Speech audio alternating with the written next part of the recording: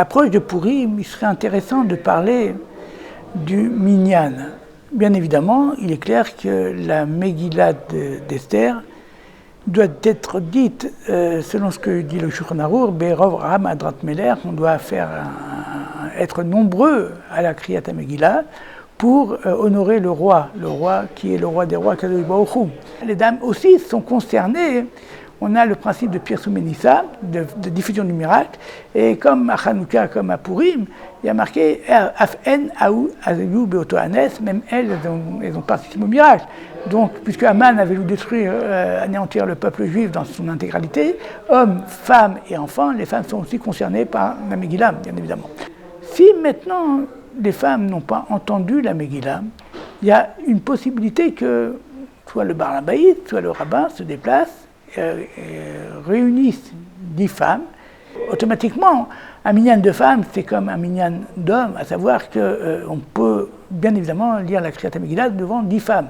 C'est important de la même manière, s'il n'y avait que 9 hommes, le problème se poserait si on peut lire ou pas la Megillah. De la même manière, s'il y aurait 9 femmes, et on est dans le même parallèle, ça se pose ou pas.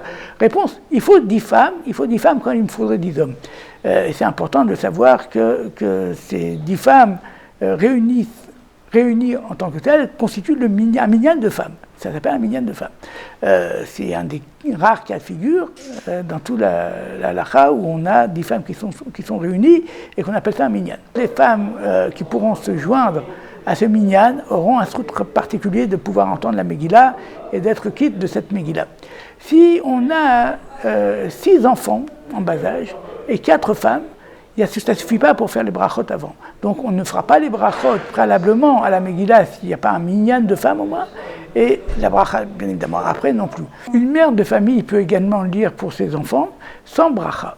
Sans bracha parce qu'il n'y a pas de minyan, et même s'il y avait un minyan, ce serait un problème parce que, on est une guerre badavar ici, la maman,